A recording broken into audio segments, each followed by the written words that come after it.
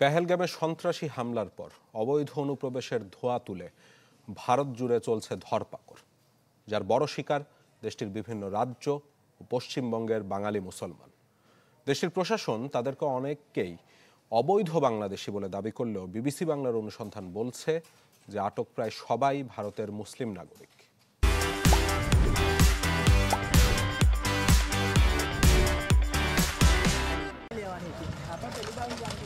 পেহেলগাম হামলার পর ভারত জুড়ে অনুপ্রবেশকারীদের সন্ধানে ধরপাকড় জোরদার করেছে দেশটির প্রশাসন। কয়েকদিনের অভিযানে আটক করা হয়েছে ৬,০০০-এর বেশি মানুষকে। আটক করা হচ্ছে গুজরাট, মহারাষ্ট্র আর পশ্চিমবঙ্গের মুসলিমদের, যদিও দাবি করা হচ্ছে অবৈধ বাংলাদেশি বলে। পরে দেখা যায় আটককৃতদের অনেকেই বাংলাভাষী নন।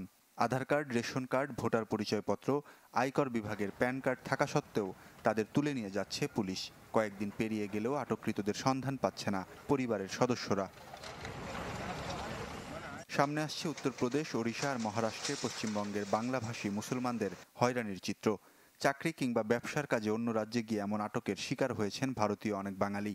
এমন হয়রানি থেকে বাঁচতে স্বরাষ্ট্রমন্ত্রী অমিত শাহকে চিঠিও দিয়েছেন ভুক্তভোগীদের কেউ কেউ। পরিযায়ী শ্রমিক ঐক্য মঞ্চ বলছে তাদের কাছে সারা দেশ থেকে বহু অভিযোগ জমা পড়েছে, যেখানে পশ্চিমবঙ্গের মানুষকে বাংলাদেশি বলে হেনস্থার প্রমাণ মিলেছে বিবিসি বাংলার এক প্রতিবেদনে।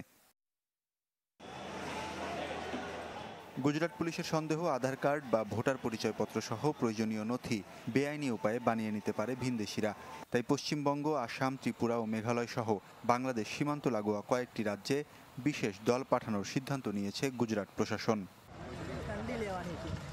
ওয়ালিউল্লাহ ফারুক, চ্যানেল 24।